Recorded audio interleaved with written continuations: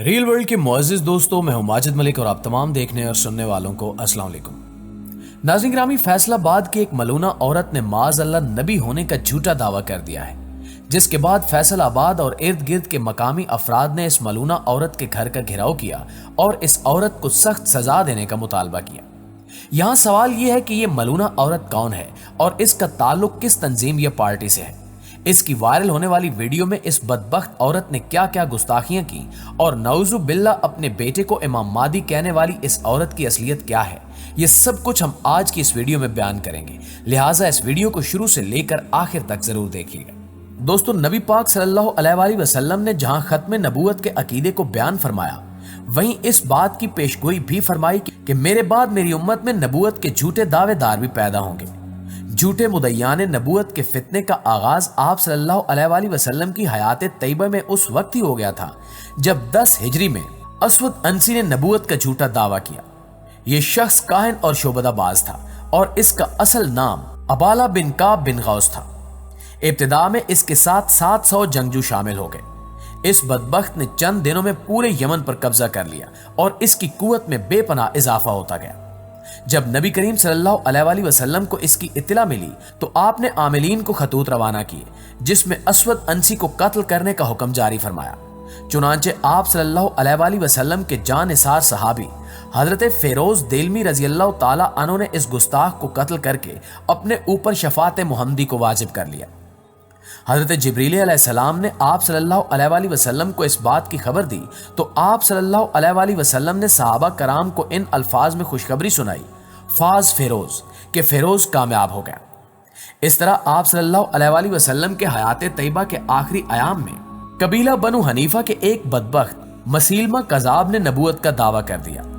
آپ صلی اللہ علیہ وآلہ وسلم کی رحلت کے بعد جب حضرت ابو بکر صدیق رضی اللہ تعالی عنہ کو خلیفہ مقرر کیا گیا تو آپ نے منصب خلافت سنبھالتے ہی سب سے پہلے مسیلمہ کذاب کے خلاف لشکر روانہ کیا، لیکن پہلے لشکر کو ہزیمت کا سامنا کرنا پڑا۔ اس طرح دوسرے لشکر کو بھی ناکامی کا سامنا کرنا پڑا۔ حضرت خالد بن ولید رضی اللہ تعالی عنہ کو سپہ سالار بنا کر تیسرا لشکر روانہ کیا گیا۔ پھر دونوں لشکروں کی آپس میں زبردست جنگ ہوئی اور بالآخر لشکر اسلام کو فتح عظیم نصیب ہوئی۔ صرف اس جنگ میں 1200 صحابہ شہید ہوئے اور مد مقابل مسیلمہ کذاب سمیت اس کے 27,000 حواریوں کو جہنم واصل کیا گیا۔ دوستو، اس طرح مختلف ادوار میں مختلف علاقوں میں بہت سے بدبختوں نے نبوت کے جھوٹے دعوے کیے، لیکن مسلمانوں کی غیرت نے ایک لمحے کے لیے بھی ان کے وجود کو اس دھرتی پر گوارا نہ کیا۔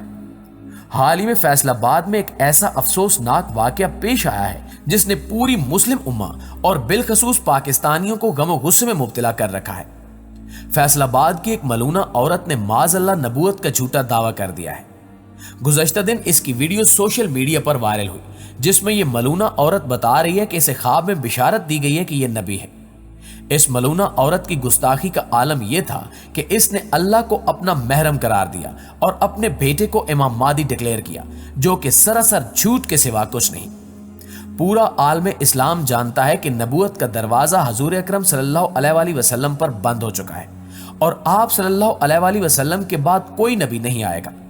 اس کا اعلان اللہ رب العزت نے خود قرآن کریم میں فرمایا ہے، مگر یہ فتنہ قیامت تک جاری رہے گا، کیونکہ احادیث میں واضح بتا دیا گیا ہے کہ دنیا میں کئی کذاب اور جھوٹے دعوے دار آئیں گے جو خود کو نبی کہلوانے کی کوشش کریں گے، مگر سچے مسلمان اس ناپاک کوشش کو کامیاب نہیں ہونے دیں گے۔ فیصل آباد میں پیش آنے والے اس افسوسناک واقعے پر فیصل آباد کی پولیس فوراً حرکت میں آئی اور سی پی او فیصل آباد نے عورت کو اس کے انجام تک پہنچانے کا وعدہ کیا۔